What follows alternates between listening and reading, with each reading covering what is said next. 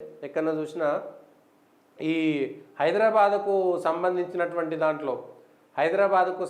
దాంట్లో ఒక మ్యాటర్ ఎక్కడొచ్చిందంటే హైదరాబాద్లో పోటీకి సంబంధించి వీళ్ళు పక్కకు వేయరు. ఏది ఎంబీటీ కూడా పక్కకు పోయింది. హైదరాబాదు ఎన్నికలకు సంబంధించినటువంటి దాంట్లో ఎంబీటీ పోటీ చేయట్లేదనేటువంటి మాట ప్రకటించింది. సో పాత బస్తీలో కొత్త దోస్తీ, పార్లమెంటు నుంచి బరి నుంచి తప్పుకున్న ఎంబీటీ. ఈ పరిణామంతో భారీగా లాభ ఉన్న మజ్లిస్, ముస్లిం ఓట్లు చీలకుండా చేసే ఎత్తుగడ ప్రచారం, బీజేపీ అభ్యర్థి మాధవీలత దెబ్బకు ఏకమైన శత్రువులు. అయితే ఈ విషయాన్ని ప్రజలు గమనించాలి. ఇదేమో మజ్లిస్ ఇత్తేయాదుల్ ముస్లిమీన్ అనేటువంటిది రజాకార్ల వారసత్వం నుంచి వచ్చినటువంటి పార్టీ. అది కాదు కూడదనేటువంటి విషయం కాదు. దాని చరిత్ర చూస్తే ఎంఐఎం అనేటువంటిది, మజ్లిస్ ఇత్తేయాదుల్ ముస్లిం అనేటువంటిది రజాకార్లు స్థాపించినటువంటి పార్టీ. ఆ పార్టీ ప్రాతినిధ్యం ఇంకా కొనసాగుతుంది. ఎంబీటీ అనేటువంటిది పాత బస్తీలో మజ్లిస్ కావాలని అరాచకాలు చేస్తుంది. మజ్లిస్ బచావో తెహరీక్ అనేటువంటి ఒక గుర్తు పెట్టుకొని వాళ్ళ దగ్గర నుంచి చీలికలుగా వచ్చి ఒక దశలో ఆ ఎంఐఎంను సవాలు విసిరినటువంటిది. యాకత్పురంలో ఇంకో చోట ఎమ్మెల్యేలు కూడా ఎంబీటీ గెలిచింది. మొన్న కూడా నాంపల్లిలో యాకత్పురంలో మజ్లిస్ను ఓడగొట్టినంత పనిచేసింది. ఓడిపోలేదు మజ్లిస్, కానీ యాకత్పురలో ఎంబీటీ బలంగా ఉంటుంది, నాంపల్లిలో ఎంబీటీ బలంగా ఉంటుంది. కానీ ఈసారి మాత్రం ఎంబీటీ పోటీ చేయట్లేదు. ఎట్లా ఒక్కటవుతారంటే మజ్లిస్కు సంబంధించినటువంటి అంశంలో వాళ్ళకు వర్గం తప్ప మిగిలినటువంటి అంశాలు, ఆ కమ్యూనిటీ తప్ప ఇంకా మిగిలినటువంటి అంశాలు ప్రధానం కావు అని మరొక్కసారి రుజువైనటువంటి సంఘటనను ప్రజల దృష్టికి తీసుకొచ్చేటువంటి ఈ చిన్న ప్రయత్నమే ఇది. పార్లమెంటుకు సంబంధించినటువంటి దాంట్లో ముస్లిం ఓట్లు చీలకుండా ఓటమిని ఎరగని నాయకుడిగా 2 దశాబ్దాలుగా హైదరాబాద్ ఎంపీ ఉన్న అసదుద్దీన్ ఓవైసీకి ఈసారి ఎన్నికలు కత్తి మీద సాముగా మారాయి. బరిలోకి దిగితే విజయం ఖాయమనే ధీమా ఇప్పటి వరకు ఉండగా ఈసారి పరిస్థితులు మారుతున్నాయి. ఇందుకు కారణం బీజేపీ అభ్యర్థి మాధవీలత. ఎన్నికల నగారా మోగిన వెంటనే బీజేపీ అభ్యర్థి వస్తే గల్లీ గల్లీ ఆమె చుడుతుంది. సరే, ఆమె మీద వ్యతిరేక ప్రచారాలు వస్తున్నాయి, అది వేరే విషయం. కానీ ముస్లిం ఓటర్లు కూడా మాధవీలత వైపు మొగ్గు చూపుతున్నారన్న ప్రచారం సాగింది. ఇక ఫలితాలు వెల్లడించాయి. మజ్లిస్ యాకత్పూర్ అసెంబ్లీ సెగ్మెంట్లోనూ ఎంబీటీ మధ్య హోరాహోరీగా ఉంది. కేవలం 878 ఓట్ల తేడాతో ఎంబీటీ అభ్యర్థి అంజదుల్లా ఖాన్ ఓడిపోయాడు. కేవలం 1000 ఓట్ల తేడాతోటి మాత్రమే మజ్లిస్ గెలిచింది యాకత్పురలా. ఇదే జరగవచ్చు అని చెప్పేసి ఆ ముస్లిం మత పెద్దలంతా కూడా ఎంబీటీని ఒప్పించి వాళ్ళను ఉలేమాలో కలేమాలో ఏదో అంటారు, నాకు తెలియదు.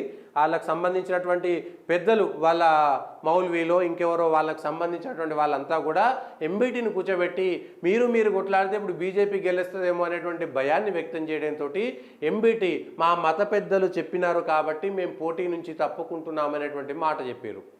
ఇక కాంగ్రెస్ పార్టీ కూడా ఒక బలహీనమైనటువంటి ముస్లిం అభ్యర్థిని పెట్టారు. ఒక ముస్లింకి ఇవ్వాలా కాబట్టి మొహమాటానికి ఒక ముస్లింకి ఇచ్చారు తప్పితే మజ్లిస్ ఓడిపోవాలనేటువంటి అంశం లేదు. అంటే ఈ లెక్కన ఒక్క బీజేపీని ఓడించడం కోసం ఎంఐఎం, టీఆర్ఎస్, కాంగ్రెస్, మళ్ళా తెలంగాణలో బీజేపీ కాంగ్రెస్ ఒకటైందని చెప్పినటువంటి కేసీఆర్ ఇవాళ మజ్లిస్కు మద్దతు తెలుపుతున్నటువంటి కాంగ్రెస్కు మీరెట్లా మద్దతు తెలుపుతున్నారు? ఇక్కడ మజ్లిసు కాంగ్రెస్ ఒకటైన తర్వాత మీరు మజ్లిస్కి ఎట్లా మద్దతు తెలుపుతున్నారు?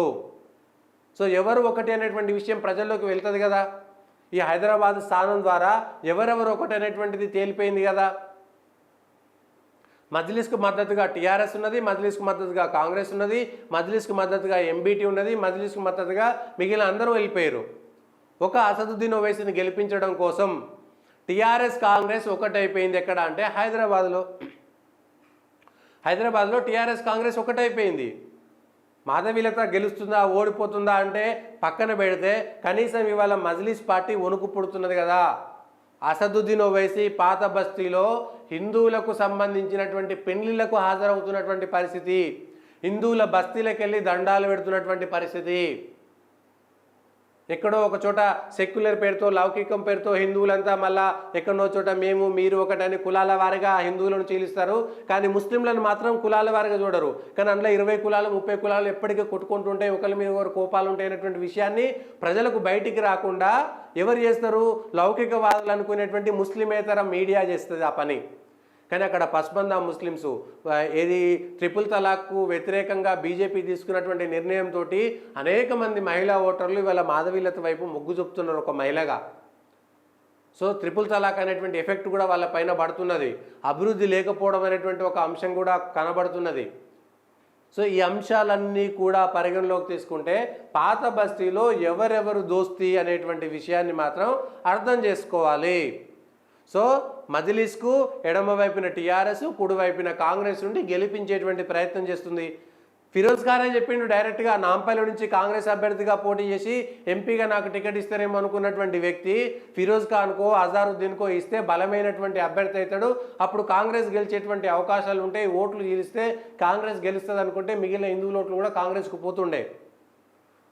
1980 నుంచి ఇప్పటిదాకా హైదరాబాద్లో ఒక హిందువు గెలవలేదు అంటే ఎవరు బలంగా ఉన్నారు, ఎవరు బలహీనంగా ఉన్నారు, ఎవరు మతం పేరు మీద ఓట్లు అడుగుతున్నారు, ఎవరు మతం పేరు మీద ఓట్లు అడిగే వాళ్లకు మద్దతు తెలుపుతున్నారు.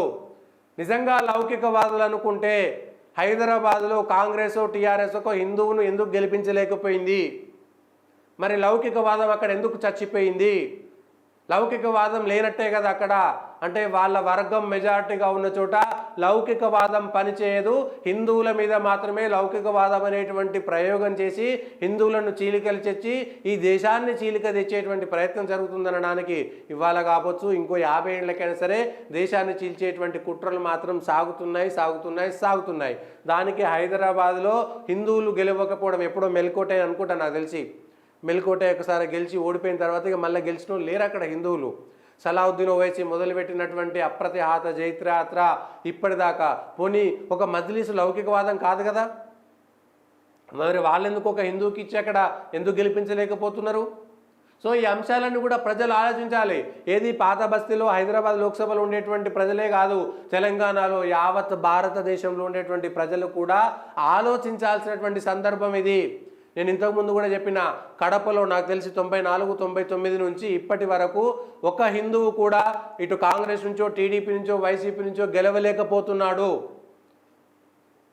కాంగ్రెస్ పార్టీ నుంచి కానీ టీడీపీ నుంచి కానీ ఏ పార్టీ అయినా సరే అక్కడ ముస్లింలకు ఇవ్వాల్సినటువంటి దౌర్భాగ్యమైన స్థితిలోకి కడప అనేటువంటి అసెంబ్లీ సెగ్మెంట్ నెట్టబడినది. రేపొద్దున కర్నూలులో కూడా 1-2 స్థానాలు, రేపొద్దున కడపలో ఇంకొకటి 2 స్థానాలు, అట్లనే పోతే కేవలం ముస్లింలకు ఇస్తేనే మన పార్టీ గెలుస్తుంది అనుకుంటే వాళ్ళు ఈ పార్టీని ఉపయోగించుకొని గెలిచిన తర్వాత రేపొద్దున వాళ్ళే పార్టీ పెట్టుకొని మీరేంద్రభై మేమే గెలుస్తామనేటువంటి చెప్తే రేపొద్దున టీడీపీ వైసీపీ అడక్క తినాల్సిందే కడపలో. నిజంగా చెప్తున్నాం కదా, వైసీపీ అంత బలమైనటువంటిది అయితే, టీడీపీ అంత బలమైనది అయితే కడపలో ఒక హిందువుని పెట్టి గెలిపించేటువంటి దమ్ము సత్తా ఆ పార్టీలకు ఉన్నాయా? లౌకికవాదం చెప్పేటువంటి పార్టీలు లౌకికవాదాన్ని కడపలో అమలు చేయగలుగుతాయా? లౌకికవాదాన్ని హైదరాబాద్లో అమలు చేయగలుగుతాయా? అంటే కేవలం హిందువులకు మాత్రమే లౌకికవాదమా? ఈ విషయాలన్నీ కూడా ప్రజలు గమనించాల్సినటువంటి అంశాలు. ఈ విషయాలన్నీ కూడా ప్రజలు గమనించాల్సినటువంటి అంశాలు.